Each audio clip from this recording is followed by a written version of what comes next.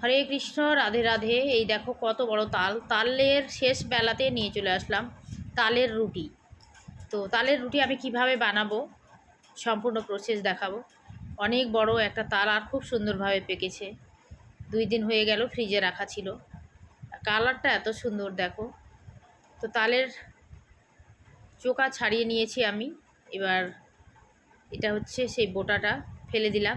3 পিসের তাল দেখো বন্ধুরা, 3 পিসের তাল এত বড়। আর এই দেখো তাল ঘুষার যন্ত্র, এই যন্ত্রের মাধ্যমেই আমি তালটাকে ঘুষে নিব। দেখো কতটা রস বেরিয়েছে। এবার আমি 6 থেকে 7টা রুটি বানাবো, কারণ আমরা 3জন লোক।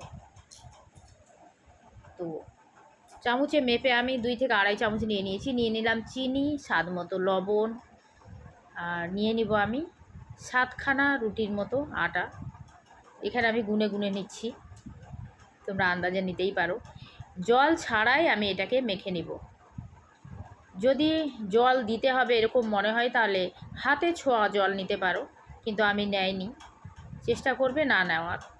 আর আমি এইভাবে আটাটাকে মেখে নিয়ে রুটির ডো বানিয়ে নিয়েছি। এখানে আমার 9খানা রুটির ডো হয়েছে। তারপরে চলে আসলাম রুটি বানাতে। এই তালের রুটিগুলো একটু কিন্তু মোটা বানাতে হবে, নইলে ধরে যাওয়ার সম্ভাবনা থাকবে পাতলা হলে। তো স্বাভাবিক রুটি থেকে একটু মোটা হবে। আর অসাধারণ লাগে খেতে। বানিয়ে খেয়ে দেখো বন্ধুরা, কি সুন্দর হয়েছে দেখো। রুটিটা বানানোর সময় একটু শুকনো আটা ব্যবহার করতে হবে, কারণ চিনি আছে আর তালের রস খুব তাড়াতাড়ি গলতে শুরু করে। তো এইভাবে প্রত্যেকটা রুটি আমি বানিয়ে নিব। কি সুন্দর ঘ্রাণ বেরাচ্ছে, বাড়িটা একদম তাল তাল ঘ্রাণে মোমো করছে।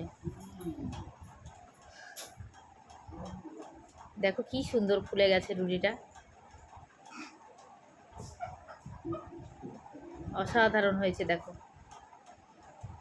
খেতেও অসাধারণ লাগে। এইভাবে আমি প্রত্যেকটা রুটি ভেজে নিয়েছি। রুটির উপর দিয়ে একটু চাপ দিচ্ছি, কারণ হাতে তাপ লাগছে।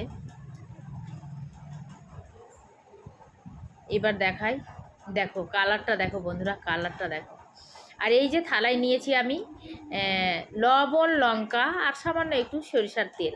এখন যদি বলো সবজি কেন নয়, সব কিছুতে কিন্তু সবজি যায় না, তালের রুটিতে লবণ লঙ্কা দিয়েই খুব সুন্দর লাগে। ভিডিওটা যদি ভালো লেগে থাকে তো প্লিজ একটা সাবস্ক্রাইব, লাইক, কমেন্ট, শেয়ার করে দিও। রাধে রাধে। সবাই সুস্থ থেকো, ভালো থেকো।